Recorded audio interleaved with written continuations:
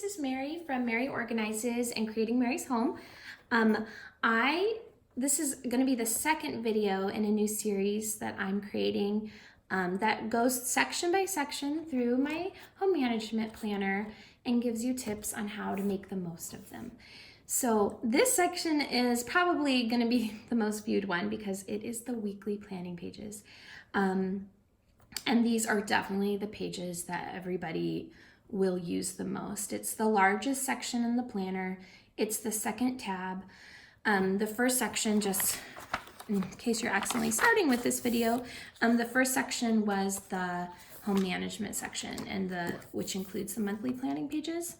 And then the second tab, which can you see that? The second tab is the weekly planning. Now I keep a binder clip that goes, and I'm pretending it's August. Obviously it is not August right now because this month has not happened yet. But I use a binder clip, sorry, B words just all jumble around in my brain. I use a binder clip that links the current month with the current week. And that way when I go to open my planner, I am always just jumping right to the exact page that I want to. All right, so ta-da, the weekly planning page. Now I'm actually going to flip back to that home management section to talk about some of these things because they really do coordinate. Okay, so as you're going through your week, if you've already purchased your pages, your planner or your planner page refill pages, you know that you have a choice to buy a planner that has the home management prompts, I call them HM prompts, included, or you can get a planner that doesn't have these. I'm obviously doing this video with the planner that does, but don't feel left out if you prefer to create your own schedule. Because I do understand there's a lot of professions and people that have unique schedules where this kind of doing it day by day doesn't work, which is why I wanted you to have that flexibility. But if you've got a, kind of a wide open week, not that you don't fill it with several things, but you have the flexibility to fill it how you want, then I'm gonna suggest that you do these home management tasks and these housekeeping tasks. You kind of spread it throughout the week. It makes them a lot easier to get done, a lot easier. It's not such a big bite every time you go to do something. It's just little bits that get you through your week. It's a lot easier for me to go clean if I know I'm going to be done cleaning in half an hour than like, oh, I've got to clean my whole house today. That's a little bit overwhelming. So I like to do things in small bites. All right, so the beginning of the week, and actually in my own planner, I always end up putting it right, the binder clip right there, because I feel like Monday nights, I don't usually have a ton going on right there. Okay, so Mondays, my plan is always to clean my kitchen, which is definitely to me related to meal planning, because if I clean out my kitchen and tidy my pantry, or clean out my fridge, and tidy my pantry, when I go to meal plan, I'm going to naturally use up ingredients I already have.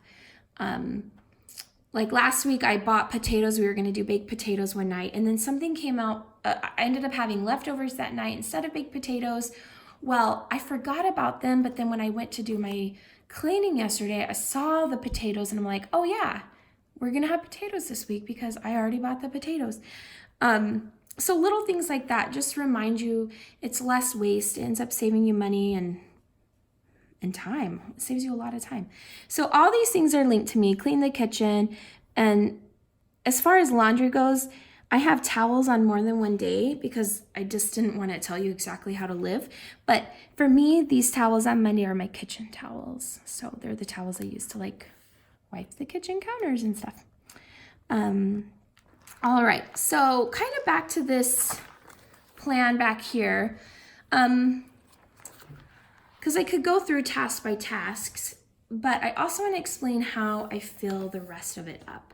So on Sunday nights when I plan the week ahead, so obviously I would have planned this week on August 2nd. It's not even the same year right now when I'm making this video, but we'll just pretend. So I would go through this weekly plan and I would fill the weekly planner with these tasks that I had created, and you'll learn more about this if you watch that first video. And then I'm also gonna fill in, especially if you don't have the prompts included, you're gonna go in and write when you're gonna do, clean your kitchen or grocery shop. All right, so as far as like the syncing of the calendars goes, I actually use an electronic calendar on my phone that my whole family can sync to. So part of planning the week is just syncing my family's calendar of soccer games and football games with my own things going on. So I will end up filling this up. And then I plan for the HH list. So sometimes the HH list is something I might be decluttering or cleaning, and sometimes it's somebody coming in and helping me, which is like pest control. I don't do my own pest control. So whatever I'm coordinating that week, I'm gonna kind of plan it during the week so that it just happens more seamlessly. And then I'm going to plan for upcoming important dates. So back in this first section,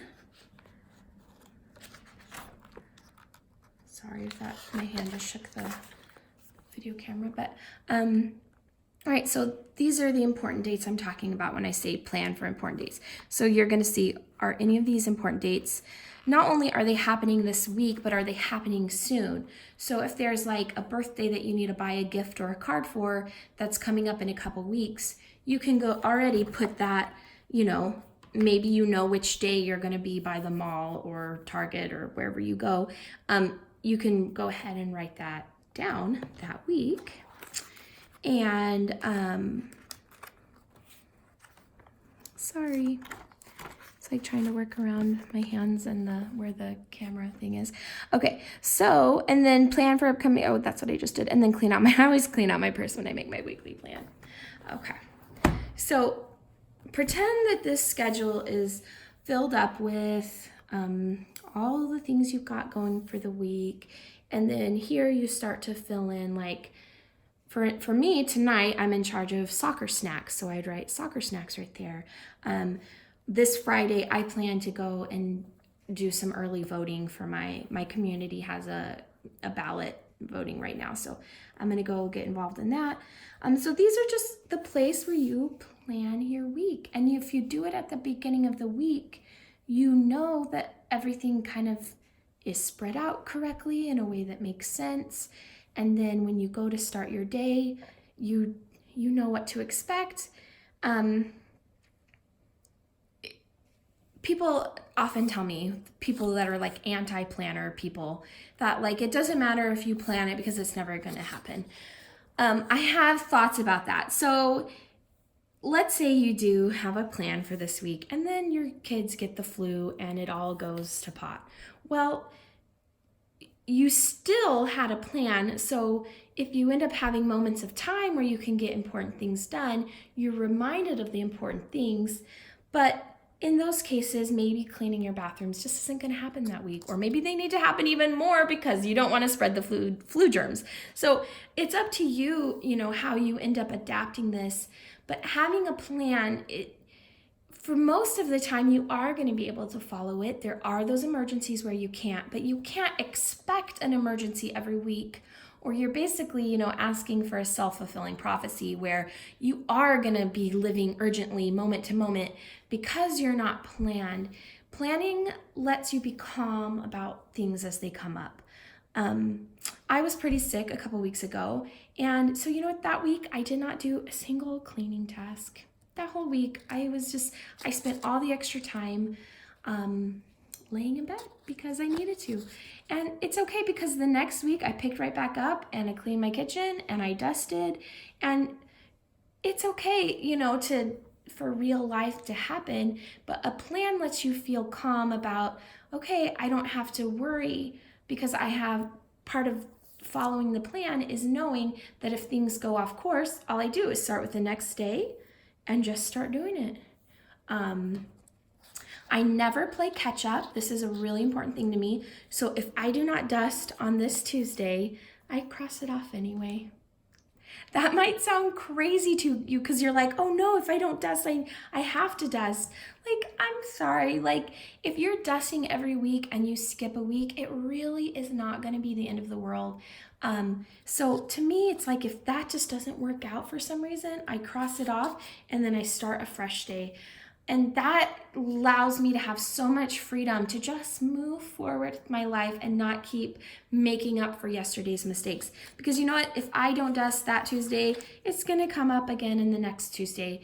And if your true desire is to have a clean house, that next Tuesday when it comes up, you're going to be like, oh yeah, I really need to dust today because I skipped last week. If you're just looking for an excuse to skip every week, well, you need to, re-examine your priorities. But in general, it's okay for things to fall apart. And because if you follow the plan will get you back on track. You do not have to have big catch-up days. The exception might be if somebody runs out of laundry because you have skipped too long. But generally, that kind of works itself out. Because let's say my kids miss their laundry day, and then they're like, oh, I don't have clothes for Monday. So on like Saturday, they bring their clothes, even though it's not their laundry day. Well, then the next week, if their laundry day was on Monday, they'll probably skip it that week because they just did it on Saturday. It all just kind of works out. But having the plan to begin with sets you in the right direction. And setting that direction, you'll just be surprised at how much that really makes such a difference in getting you to where you need to go. So as far as the other things in the weekly plan, the home management session, I talk more about that in the last video. And the HH list, that's obviously part of the home management section. Budget check-in, there's a whole section coming up that's all about budgeting. So I hope that this helps you. The planners definitely, the different sections all play a part and they're definitely interactive. So I hope that this has been a good video and that it helps you understand and that I didn't go off on too many rabbit holes about planning or my theories of planning. But I really appreciate you guys, and people who buy my planner are pretty much my favorite people. So, all right, have a good day. Bye.